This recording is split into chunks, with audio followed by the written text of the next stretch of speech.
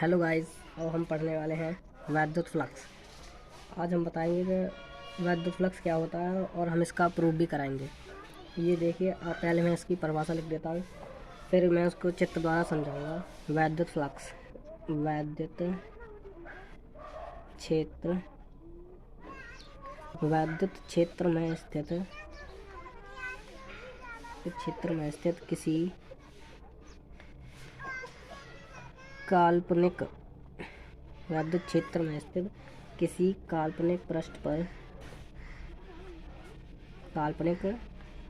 पर वैद्युत फ्लक्स उस पृष्ठ से होकर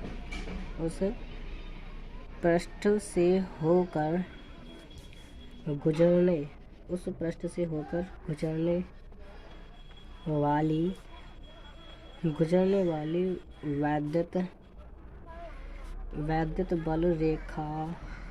वैद्युत बल रेखाओं की क्या होती है, माप होती है। ये देखिए, मैंने ये परिभाषा लिख दी और हम इसका चित्र देखेंगे। इसमें कह रहा है वैद्युत क्षेत्र में स्थित किसी काल्पनिक पृष्ठ पर वैद्युत क्षेत्र। हम मान के चलते हैं कि ये मतलब पहले तो हम बना लेंगे कोई काल्पनिक पृष्ठ। ये बना लिया हमने काल्पनिक पृष्ठ। ये क्या बना लिया? काल्पनिक पृष्ठ। अब वैद्युत फ्लक्स उस पृष्ठ से होकर गुजरने वाली वैद्युत बल रेखाओं की माप होती है। ये बना लिया हमने काल्पनिक पृष्ठ। और इसमें ये हम बनाएंगे इसका छोटा क्षेत्रफल, मतलब dA। ये क्या हो जाएगा? dA। ये dA हो जाएगा ये। और इस पर मतलब क्या गुजर रही हैं? वैद्युत बल रेखाएं।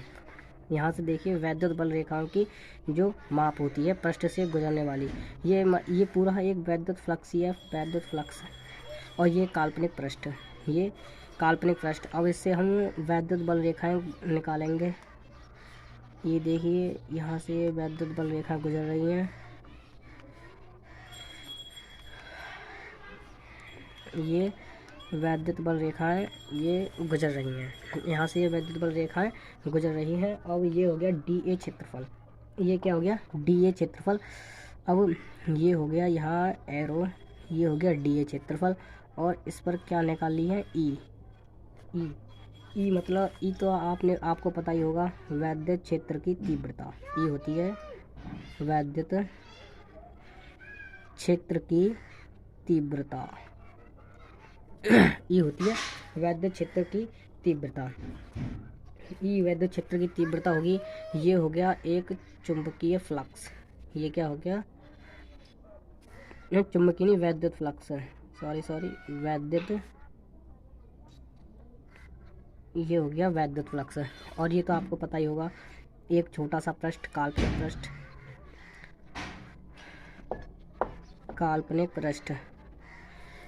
पृष्ठ। और ये सब जो पूरा जो प्रक्रिया है वो किस में हो रही है? वैद्युत क्षेत्र में। ये हम मान के चलेंगे, ये पूरी प्रक्रिया किस में हो रही है? वैद्युत क्षेत्र में हो रही है। अब इसके आधार पर हम कुछ पॉइंट लिखेंगे। जैसे नंबर 1 पॉइंट हो गया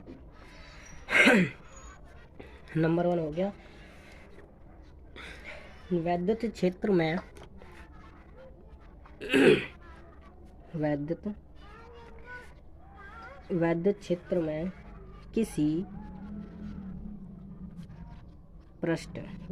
में किसी पृष्ठ से बद्ध वैद्युत फ्लक्स हम मानेंगे यहाँ ई वेक्टर इंटू, ये इंटू होता है, into dA vector. E vector into dA vector के अदिश, dA वेक्टर के अदिश गुणनफल के क्या होता है? बराबर होता है। अदिश गुणनफल के बराबर होता है। ये हो गया हमारा पहला पॉइंट। अब इसका हम न्यूमेरिकल देखेंगे। न्यूमेरिकल आपको पता होगा, वैद्युत फ्लक्स को कैसे डोनेट करते हैं? फाई ई से। तो फाई ई बराबर ये किसके? स्केलर मतलब अदिश अदिश गुणनफल के बराबर होता है। किसके होता है? E vector into D A vector. अब ये अदिश गुणनफल होता है तो इसलिए हम इंटीग्रेशन का चिन्ह लगाएंगे और E vector into D A vector. आपको बता दें कि ये होता है इंटीग्रेशन। क्या होता है ये?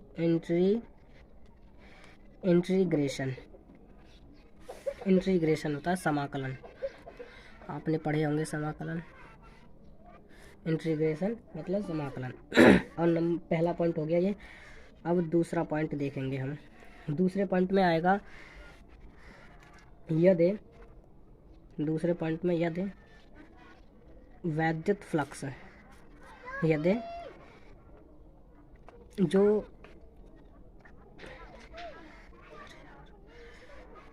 वैद्युत फ्लक्स नहीं, अरे यार ये गड़बड़ हो गई। यदि वैद्युत क्षेत्र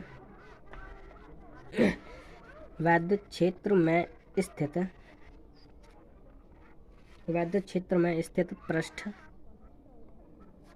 एक बंद पृष्ठ है। क्या है? बंद पृष्ठ है। जो यदि वैद्युत क्षेत्र में स्थित पृष्ठ है वो क्या है? एक बंद पृष्ठ है। और बंद पृष्ठ के लिए ये हम दिखाएंगे आपको फाई ई बराबर बंद पृष्ठ के लिए आ जाएगा यहाँ क्लोज इंटीग्रेशन। क्या आ जाएगा? Close integration. और ये यों का त्यों ताड़ देंगे इसको, D A vector into A vector. ये हो जाएगा आपका क्लोज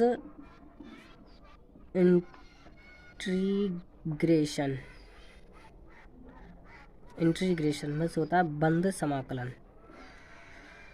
क्या होता है? बंद समाकलन। अब तीसरा पॉइंट, यदि जो पृष्ठ है वो क्या हो? समतल हो। ये इसमें ये बता रहा है, ये आपको बताया था मैंने काल्पनिक पृष्ठ। तो ये यही है कि ये यदि काल्पनिक पृष्ठ समतल हो तो इसमें हो जाएगा फाई ई बराबर यहाँ मतलब ओपन इंटीग्रेशन और E vector into D A vector. अब यहाँ हम नोट करके लिखेंगे, ये मेन पॉइंट है कि यदि E vector into D A vector के जो बीच का कोण है वो क्या होता है? थीटा होता है।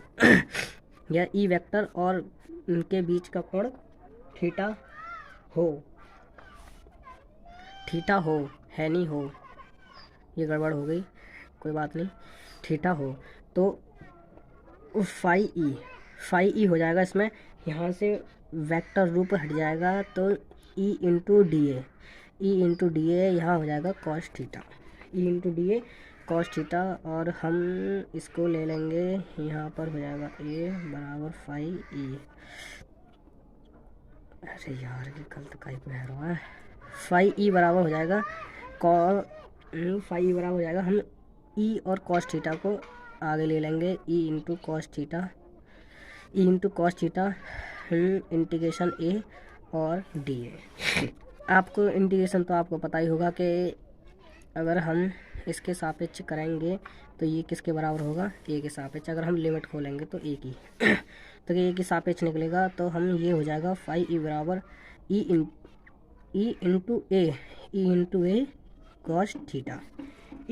कॉस थीटा हो जाएगा। अब हम निकालेंगे इसमें संपूर्ण पृष्ठ के लिए। ये क्या हो गया? ये संपूर्ण पृष्ठ के लिए हो गया। संपूर्ण पृष्ठ के लिए ये हो गया सिद्ध आपका हेल्स प्रूफ